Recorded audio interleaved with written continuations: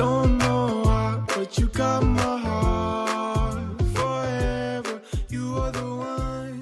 You ain't 제가 지난 시간에 말씀드렸잖아요. 때로는 엄마의 잘못된 믿음이, 좁은 틀의 행동이 나와 아이의 관계를 망치고 나와 아이를 아프게 한다. 그래서 엄마의 틀을 넓히는 것이 굉장히 중요하다 말씀을 드렸는데 왜 이 틀 넓히는 것이 어려운가? 바로 내 안의 걱정과 불안과 두려움 때문이다. 그래서 내 안에 왜 이 걱정을 하고 있고 왜 이 불안을 갖고 있고 왜 이렇게 두려워하는지 엄마의 마음, 엄마의 감정을 들여다볼 줄 아는 것이 아주 중요하다라는 말씀을 드렸어요. 기억나나요? 기억나나요? 그러면서 제가 이 이야기도 또 했었죠. 보통 그렇게 우리 안에 걱정과 불안과 두려움이 생겼을 때 우리는 대부분 아이에게 화를 통해서 우리의 감정을 전달하는데 그 화 속에 진짜 내 마음이 있다는 이야기를 했었어요. 그래서 화 안에는 나의 믿음이 있고 내 진짜 마음 안에 내 믿음이 있고 그 믿음은 나의 좁은 틀을 만들고 대부분 그것이 나의 상처받는 내면의 마음이라고 했어요. 그러면서 예를 들었잖아요. "나는 저 인간이 싫어. 저 사람이 싫어." 사람이 예의가 있어야 되는데 쟤는 너무 껄렁껄렁껄렁해. 이 밑에는 사람은 껄렁껄렁하면 안 되기 때문에 예의가 있어야 되기 때문에 때로는 가끔씩 가볍게 행동하고 싶고 남 뒷담화도 하고 싶고 그쵸? 그런데 나는 이 욕구를 꾹 누르고 억누르고 있었단 말이에요. 그런데 그 욕구를 막 드러내는 사람들을 보니까 저 사람 예의가 없는 거예요. 너무 싫은 거예요. 내 안에 예의 없음이 있다는 뜻이거든요. 나는 아주 예의 바른 행동을 하고 있지만 내 안에도 예의 있게 굴고 싶지 않은 마음이 있는데 그 마음을 억눌렀기 때문에 예의 없는 사람을 싫어하는 이 상처받은 마음이라고 제가 지난 시간에 말씀드렸어요. 그런 것처럼 또 하나의 예는 아이가 과자 먹는 게 난 너무너무 싫어. 왜냐하면 과자는 불량식품이라는 믿음이 있기 때문에. 그래서 나는 그 불량식품을 많이 먹다가 혼났든지 엄마한테 아니면은 불량식품을 나도 먹지 못하고 억눌렀든지 그런 식으로 해서 상처받은 내면화가 있다는 말씀을 드렸어요. 기억나시죠? 제가 어머님들과 만나면서 정말 화 안에 있는 보통은 우리가 화를 통해서 아이에게 감정을 전달하니까요. 화 안에 있는 진짜 마음을 들여다볼 수 있었던 시간이 되게 많았었거든요.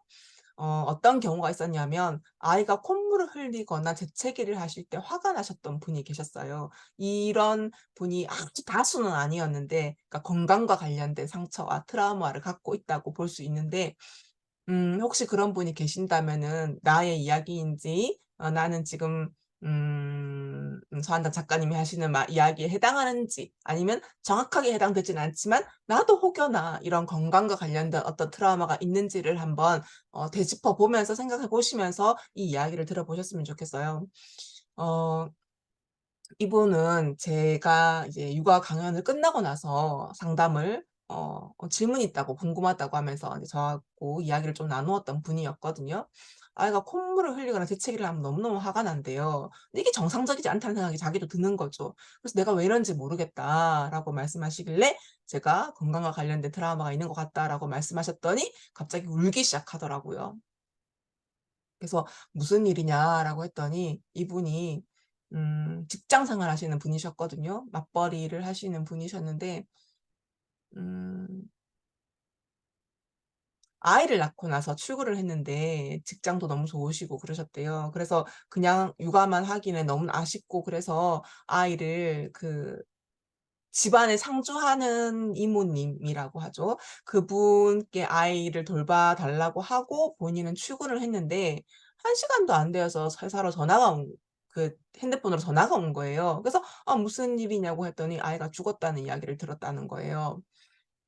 너무 청천날벼 너무나 끔찍한 이야기잖아요. 정말 청천벽력 같은 이야기인데 상황을 자세히 이제 들어봤더니 인제 막 태어난 지 얼마 안 돼서 이제 뒤집기를 하고 막 엎드리고 하는 그 시기의 아이였었나 봐요. 아이가 잘 놀길래 이모님이 청소하시고 있었는데 아이가 너무 조용해서 가 보니 애가 뒤집기를 하다가 이렇게 음 고개 들고 하는 걸 잘 못하고 있었던 상황인데 그 이불에 고개를 이렇게 파묻고 다시 이렇게 몸을 돌리지 못해서 숨을 못 쉬어서 죽었었나 봐요, 아이가. 사실 이런 경험하면 누구라도 가슴이 아프잖아요. 너무나 끔찍한 일이고. 그래서 아이를 떠나 보내고 나서 몇 년 있다가 아이를 낳게 되었는데 그 아이에게 무슨 일이 생길까 봐 이제 안절부절 못하게 되신 거죠. 그래서 아이의 건강과 관련해서 과민한 반응을 보이시기 시작하시는 거예요. 이를테면 아이가 콧물을 흘린다거나 재채기가 난다거나 이제 그럴 때마다 또 혹시나 이 엄마가 너무너무 불안하니까 아이를 자꾸 "너 왜 그래?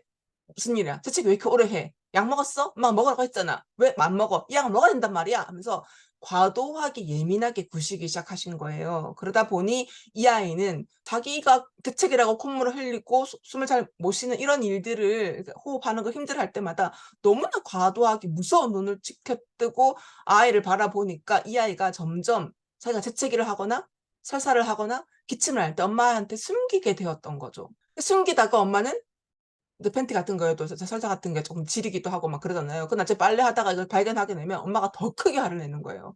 왜 빨리 진작 말 안 했냐고. 그러니까 엄마의 이 불안했던 마음이 아이에게 전달되어서 이 아이는 숨기게 만들고 그 숨김으로 해서 이 엄마는 더 크게 화를 내고 이 아이는 더 무서우니까 더 숨기게 되는 악순환에서 벗어나지를 못하게 되었던 거죠. 이분 말고도 또 다른 한 분이 더 있었거든요, 건강과 관련된 트라우마.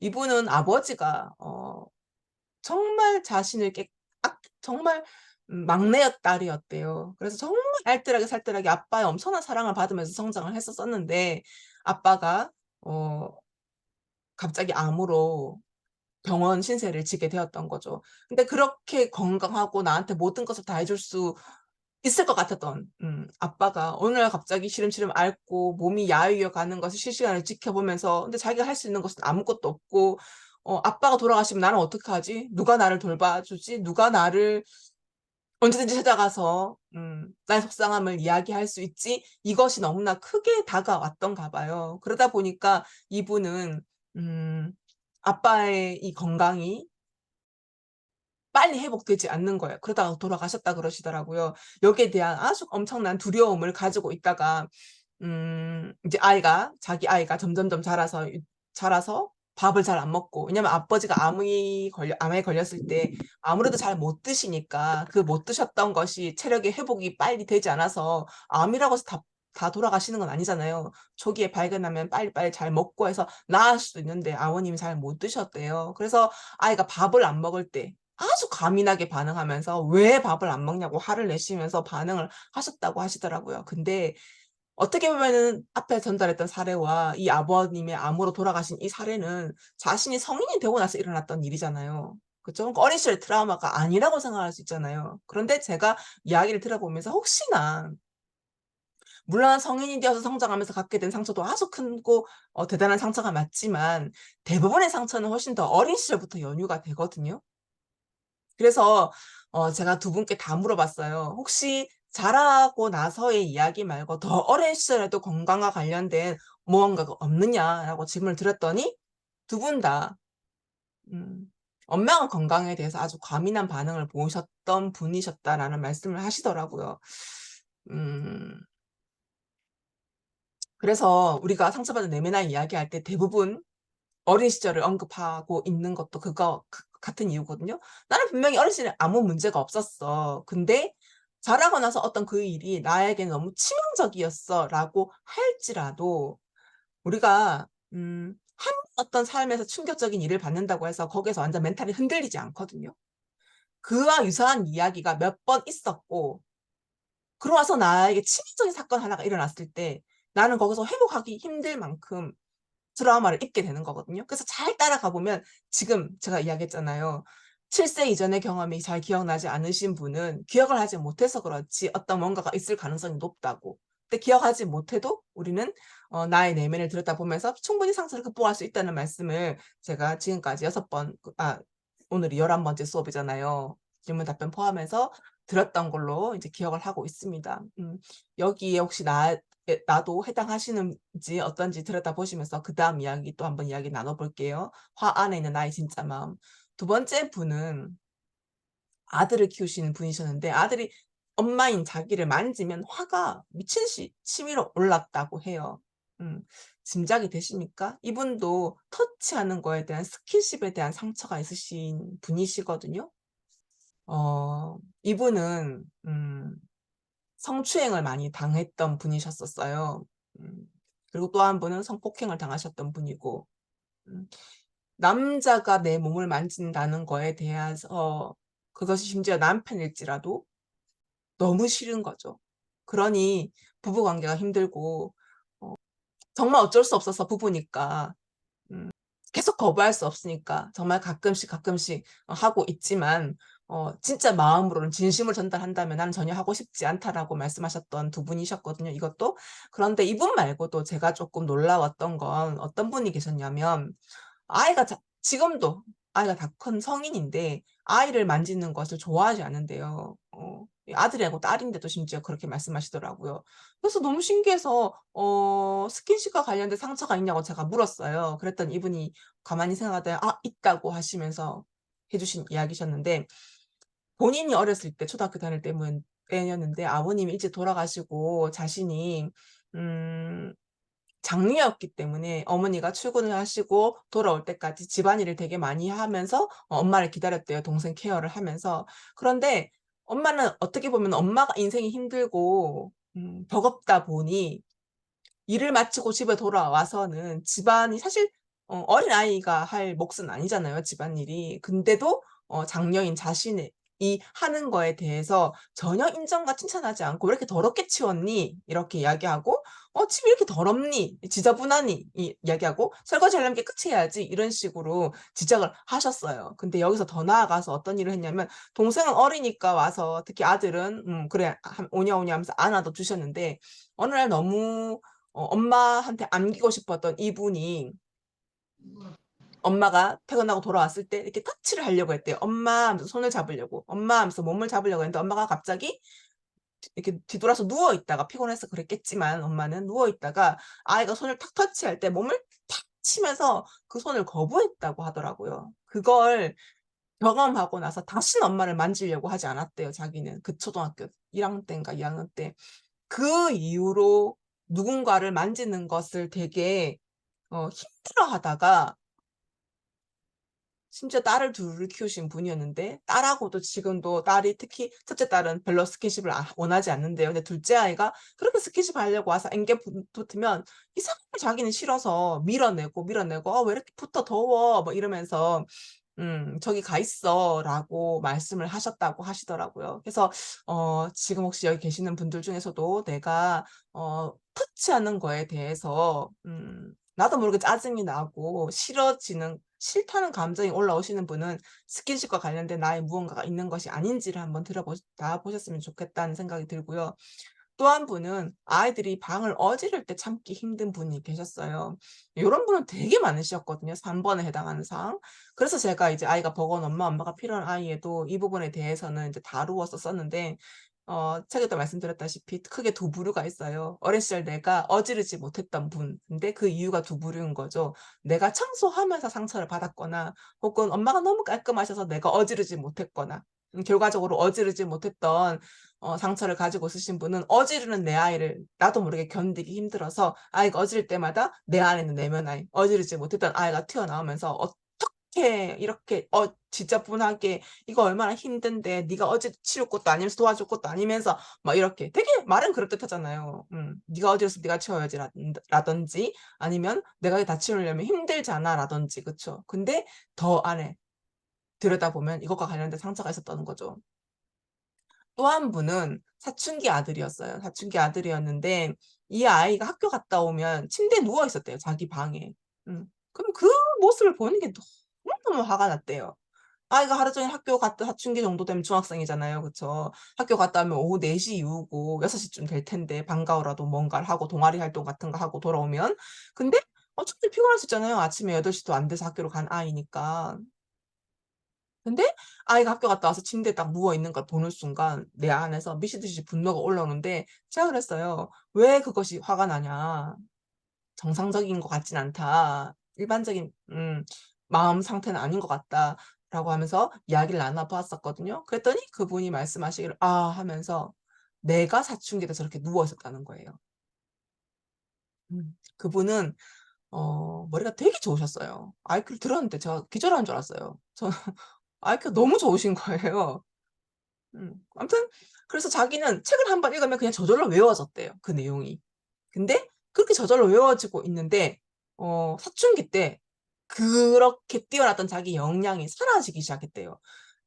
예전에는 책을 한번 보면은 다 기억이 나고 외워지고 했는데 사춘기가 들어오면서 점점 기억이 안 나기 시작하면서 이러다가 내가 부족해지는 거 아니야? 내가 바보가 되는 거 아니야? 나 왜 이렇지? 갑자기 막 불안해지고. 근데 공부를 하라고 하는데 공부는 잘 하고 싶은 마음이 안 들고 불안만 계속 가중되고. 근데 주변에서는 너무 똑똑했었던 아이였었기 때문에 스스로 엄마가 자기가 너무 똑똑했었기 때문에 기대는 너무 많고 이제 우리 누구 이제 고등학교 가 가지고 뭐 좋은 고등학교 가고 좋은 대학 가고 뭐 서울대 가겠지. 남들이 다 믿고 있는 거죠. 그런 상태에서 나는 점점 이 능력을 잃어버리고 나니 불안해지는 거예요. 그래서 전전긍긍하는데 부모님한테 말할 수 없었던 거죠. 이게 불안했으면 부모님한테 말하는 게 정상이거든요. 그걸 하지 못했다는 건 이미 이 가계도에 이 집안에 뭔가가 있다는 뜻이거든요. 아무튼 그렇게 자기는 사춘기를 그렇게 침대에 누워서 불안에 떨면서 보냈었는데 사춘기 아들이 자기가 똑같은 모습을 보이고 있으니까 그 어린 시절에 내가 불안하면서 어떻게 할지를 모르고 엄마 아빠한테도 아무것도 말하지 못했던 그 아이가 건드려지면서 이 아들을 바라보기가 힘들었던 분이 계셨거든요.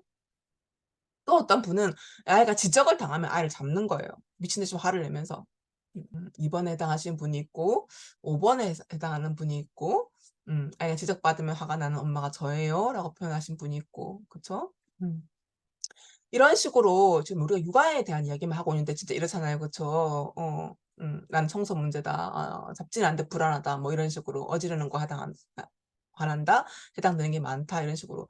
그렇다면 이봐요. 이 한 일만 해도 그쵸. 학교 갔다 오는 건 매일 일어나는 일이고 아이가 지적당하는 것도 남편이든 선생님이든 학원이든 누군가에게 아니면 친구들 사이에서 아이들 친구들끼리서 에서도 그런 일들이 일어날 수 있고 숙취하는 것도 매일매일 하는 일이고 그쵸. 어지르는 것도 매일매일 어지르는 일이고 감기, 건강과 관련한 것도 어떻게 보면은 아프는 건 자주 아프진 않겠지만 아이가 그래도 종종 계절이 바뀔 때마다 한절기 때마다 일어나는 일이고 이 보세요. 너무 우리는 스트레스 요인이 많잖아요. 그냥 매일매일이 스트레스 요인인 거잖아요.